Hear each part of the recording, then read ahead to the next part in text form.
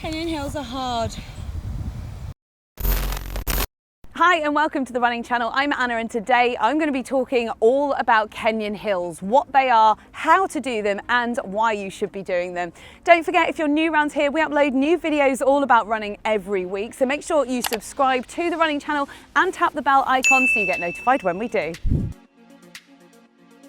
So first up, Kenyan hills are, yes, hills in Kenya, but what we're talking about here is a particular type of hill training, so the kind of things that the elite Kenyan runners do. So when most runners think about doing hill work, they'll maybe run up a hill in a set amount of time and then jog and walk back down to recover. That's hill repeats and is a great form of training to help build power and endurance over the longer reps. But Kenyan hills, which is what we're talking about here, is less like interval work and more like a type of tempo run. So the idea is to find a loop that you can run continuously that's undulating, and crucially, you need to keep up the effort as much on your uphills as you do on the downhills and the flats.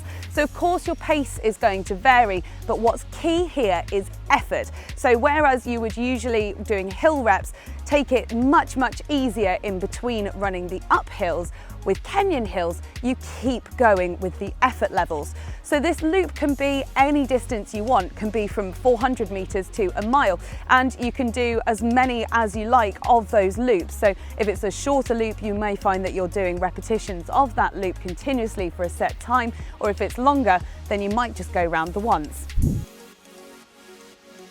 If you're bored of your normal tempo runs, then Kenyan hills could be the one for you to help switch up your routine. Similarly, if you're short on time, then they're great for building added endurance into shorter runs. And if you've entered a race that's got hills or undulations in it, then doing Kenyan hills will help train you to work at a really high heart rate, probably 90% of your maximum heart rate, but also allowing your heart rate to fall slightly, but never into a recovery zone whilst you're going on the downhills and the flats.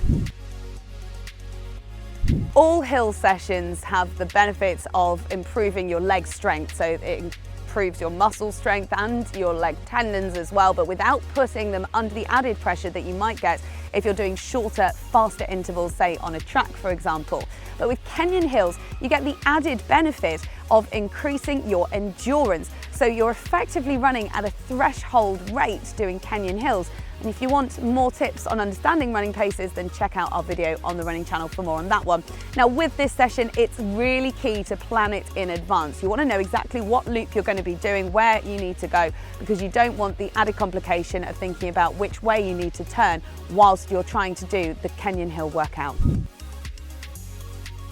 So now we want to give you a few ideas of some sessions that you could do that involve the Kenyan hills method. So like with so many other runs, it's entirely up to you to do what works for you. So these are just some suggestions that you could try. So let's start off with 30 minutes of a continuous loop.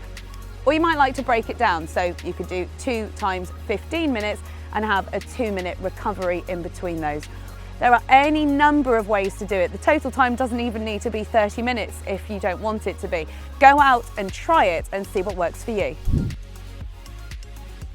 Kenyan hill sessions help you run downhill as well as up because you're focusing on holding on to that pace. So in a normal hill session, if you're doing intervals, you tend to jog down slowly to recover. Whereas with Kenyan hills, you're practicing running at the same effort, which is great for racing because you don't want everyone to overtake you suddenly when you're going downhills if you've worked really hard on the uphills. That faster leg turnover as well will help you run faster on any surface, whether you're going up or down or on the flat.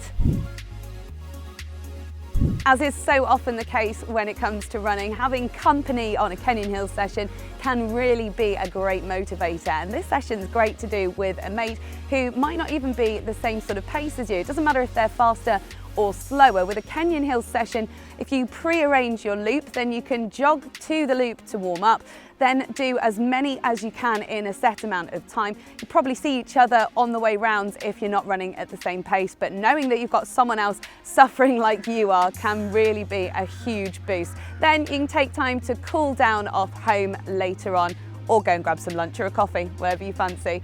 Hopefully you found this video on Kenyan Hills useful. If you have, give us a thumbs up. Leave us a comment below as well with your favourite Kenyan Hills loop. Where do you run them? Or tag a mate as well that you would like to be running Kenyan Hills with. Don't forget to subscribe to the running channel, and we'll see you next time.